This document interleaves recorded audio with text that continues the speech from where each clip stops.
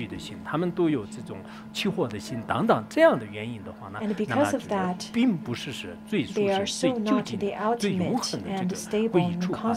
它这里呢就是说，这个法和这个圣呢，就是在宝性论里面的这些观点，还是我们这个平时作为佛教徒来讲是应该要懂啊，就是应该要明白啊，就是不然就这些基本的这个常识我们不懂的话呢，就表面上看呢，就是我是这个堂堂正正的佛教徒，但是里面呢就是全是空，就是只有外面就是挂着一个这个皈依证，那这样的话呢，就是我们也比较这个refuge certificate. It doesn't make you a 那 Buddhist. 这个第三个呢，就是 You 讲 have to 这个 understand. 讲什么呢？就是讲讲 The 这个 next stanza 究竟的皈依是 says, 什么 "What 呢？究竟的 is 皈依 the 就是 ultimate 佛陀 refuge?" 这个没有念是吧？单比端端如外，接那三点热情，特别具体个真是促进对应他的。중화 고시를 점에 시름 터던 시르던 땡지 시르 젠지 시르던 초니도 시르 니라메 시르 초니 니라메 메 시르 꼼축 니下面是讲的是这个觉字啊，就是觉着这个深意为主。它这里的这个深意的话，并不是我们学中观的时候深意的世俗的，它这里应该说是这个究竟意义上的这个皈依处呢，就是It talks about the only refuge is the Buddha. The true sense, only the Buddha is the refuge. Since the great sage embodies the Dharmakaya and the assembly also reaches its ultimate goal when these qualities of Dharmakaya are attained. Why is that? Because the Buddha already then has all the merit of the jewel of Dharma and the jewel of Sangha, because the jewel of Dharma has the Dharma of realization, Dharma of doctrine. So what is the true nature of these two is, in fact, the Dharmakaya. It is no different than the Dharmakaya. When we talk about the 21 unconditioned Dharma, undefiled Dharma, that is the Dharmakaya of the Buddha. That is no difference than the Dharmakaya of the Buddha. So the ultimate Dharmakaya, in fact, is then the jewel of Dharma. That is the ultimate sense of the jewel of Dharma. And then the next one is that the jewel of Sangha. The jewel of Sangha, they have to attain the true or ultimate quality of the two merits and wisdom. And the Buddha already obtained these two kinds of merits already. So when we take refuge of the three jewels, and if we take refuge one-pointedly to the Buddha, then we've already taken refuge to the three jewels. Now the last stanza talks about what is the jewel, what is the explanation of the jewel.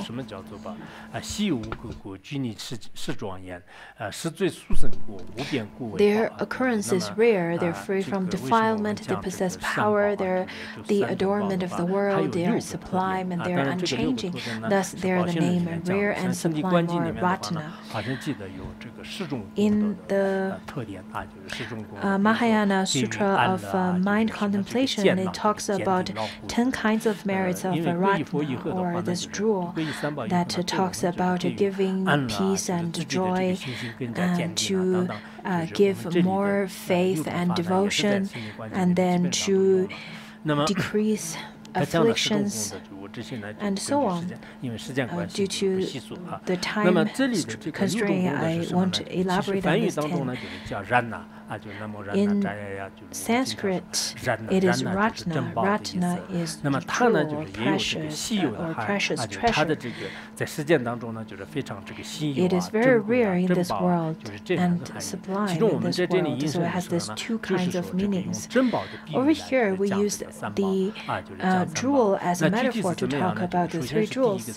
The first one is that it is rare to be seen in this world.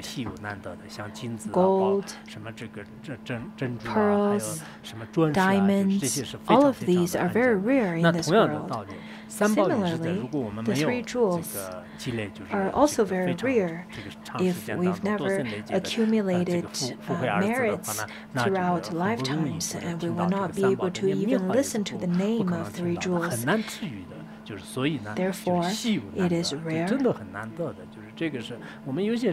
I think many people do not realize how rare it is. They may feel that it is only that you are saying this.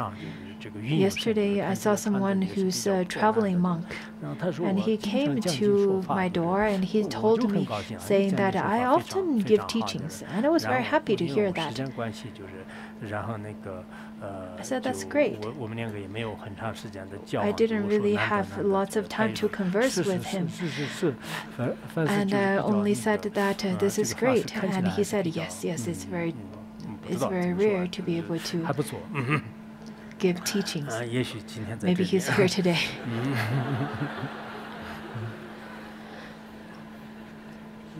So, it is rare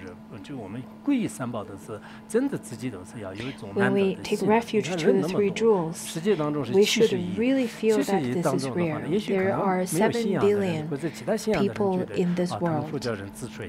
For people without any faith, they may feel that this is only they're only saying this. This is such a superficial words that they're saying this is rare. But I myself feel really fortunate.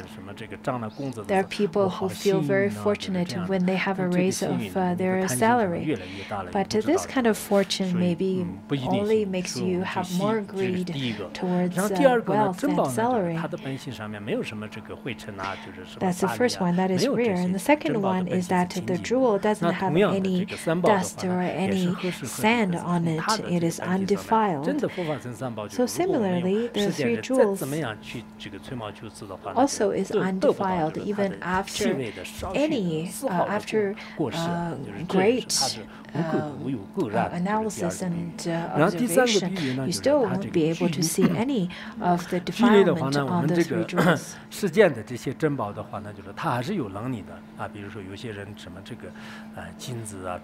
Gold, diamonds, they have also the power or the kind of quality to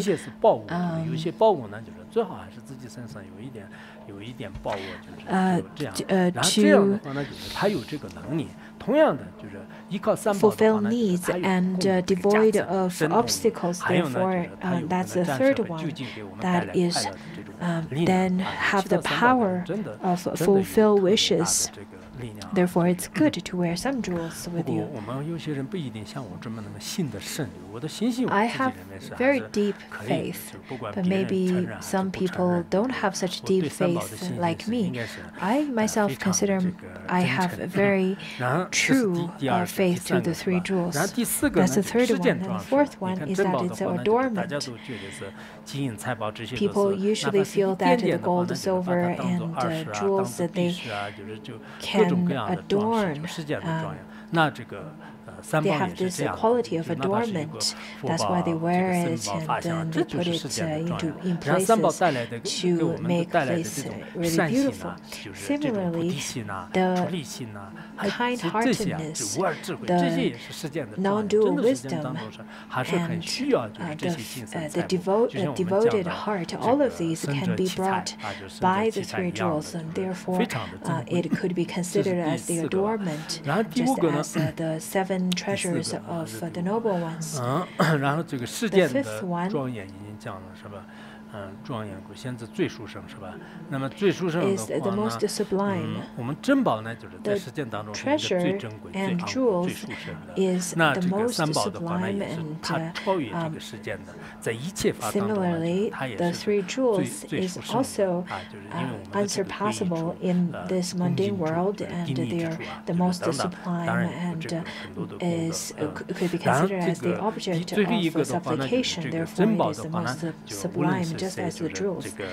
The sixth one is that the jewels is changeless despite other people's praise or other people's blame.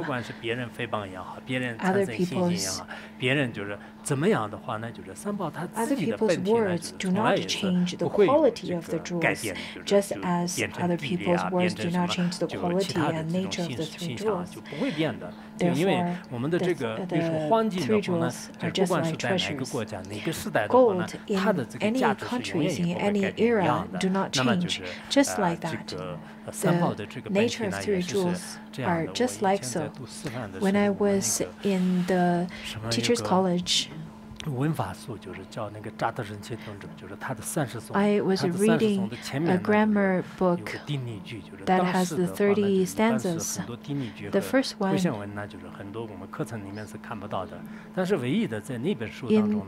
around that time, the praises verses were not really available,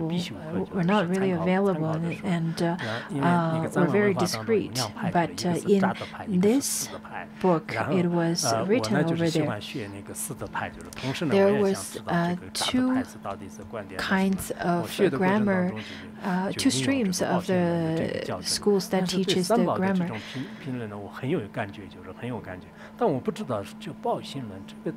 At that time, I was really curious about Uttara Tantra Shastra. I was really curious about the name. What does it say? Over there, it says Gyula. What is this? I kept on wondering about that. I think when I was 21 or 22, I read this. And that was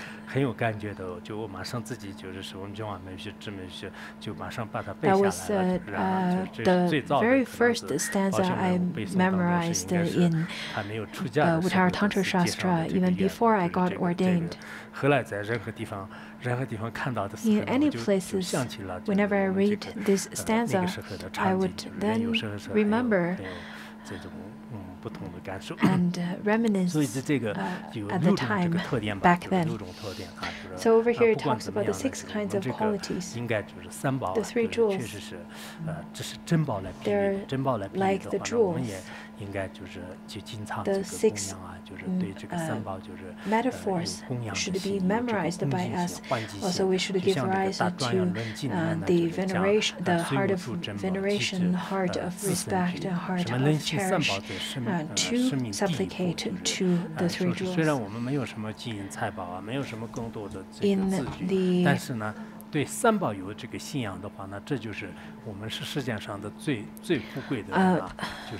treatise of the Great Ornament of the Sutras, it says that even if one has no precious treasures nor many necessities for possessions, with devotion in the 3 jewels, one is said to be the wealthiest. Maybe you don't have lots of wealth, maybe you don't have lots of treasures, but if you have the devotion, heart of devotion to the 3 jewels, you are the wealthiest. I really hope that all of you could be such kind of a wealthy mind. You may not be a millionaire or a billionaire, but you could be the most wealthiest in terms of devotion. Some practitioners would say that I have no money.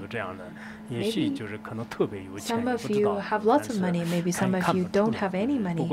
It's very difficult to say. But if you don't have any, if you have lots of money but have no devotion towards the 3 jewels, you're still a poor person, because once you die, you will be left with nothing else. There are people who are just like beggars, but they have abundant devotion towards the 3 jewels. Then they've obtained the most precious wealth of this world. They could be called the wealthiest among the world, among the people in this world. In that way, then Bill Gates and Jack Ma and the